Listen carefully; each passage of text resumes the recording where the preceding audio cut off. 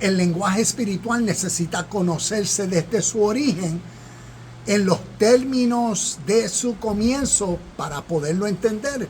Te doy un ejemplo visual. En muchos de mis videos yo he hablado de lo que el Bhagavad Gita es. Es como decir lo que yo llamo la Biblia oriental. Cuando miramos estas escrituras inspiradas por Dios miles de años antes que la Biblia, a eso es lo que me refiero, con el origen de conceptos espirituales, con el origen de Dios y lo que significa por ser una verdad espiritual. ¿Ves?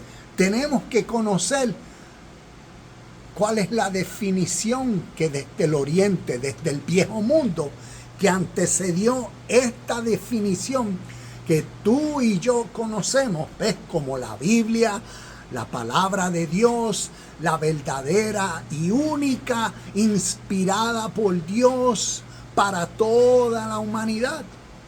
¿Ves?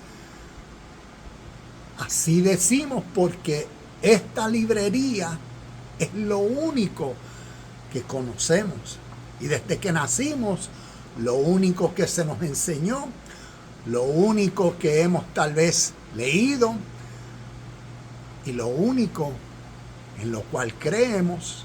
Y por eso, naturalmente, ¿ves? Es como uno está arraigado en su fe, en su creencia, a que solamente esta es la única verdad para el mundo entero. Es como decir, esta es la única revelación de Dios, el Espíritu Eterno, para el universo entero, para el mundo entero. Y así se nos condicionó desde que nacimos, pero realmente somos ignorantes de la historia, ¿ves?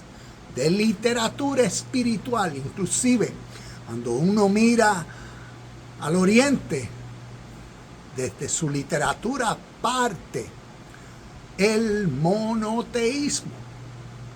Entonces, cuando uno procura entender lo espiritual, el espíritu de vida, que a través de esta literatura enseñan, y sus métodos, sus formas de enseñanza, como literatura espiritual desde el origen se compiló, de dónde surgió.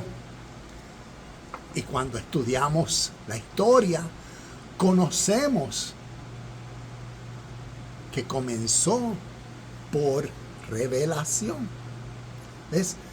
Para muchos, cuando dicen las escrituras son reveladas por Dios, ¿ves? Tienen en su mente la conceptualización de Dios como Dios es espíritu, pero lo visualizan como alguien físico que está físicamente arriba de las nubes o en el cielo. Y que físicamente Dios, ¿ves?, fue quien inspiró a más de 40 autores por un proceso de 1400 a 1600 años, autores que no se conocían, y cómo entonces, ves, inspirados por Dios, por el Espíritu, entonces compilaron esta librería con el mensaje de salvación universal. Y así es como se interpreta esta literatura. Pero cuando miramos desde su origen, ves, la inspiración de Dios surge desde dentro del ser humano. El ser humano que a través de su contexto, de su presente, de su mundo, de su realidad, de su vida, de sus experiencias, se les reveló, ¿ves? En tiempo de pensamiento, en tiempo de esa intuición interna, en tiempo de procurar conseguir respuestas a la realidad de su mundo presente, vida. Y todo como naturalmente las cosas se daban, se formaban, surgían, la vida, la naturaleza, las etapas, los tiempos, las temporadas, la noche, el día, el calor, el frío, ves, todo eso a través de la historia en la humanidad ha jugado un papel significativo en la revelación, en la iluminación de lo que el hombre ha llamado Dios. Pero ¿de dónde surgió eso? Por eso es revelación. Desde dentro del ser humano. Y a través de la historia, ¿ves? Por eso han compartido enseñanzas de origen espiritual que antecedieron por muchos años estas enseñanzas. Y por eso, y a eso es lo que me refiero con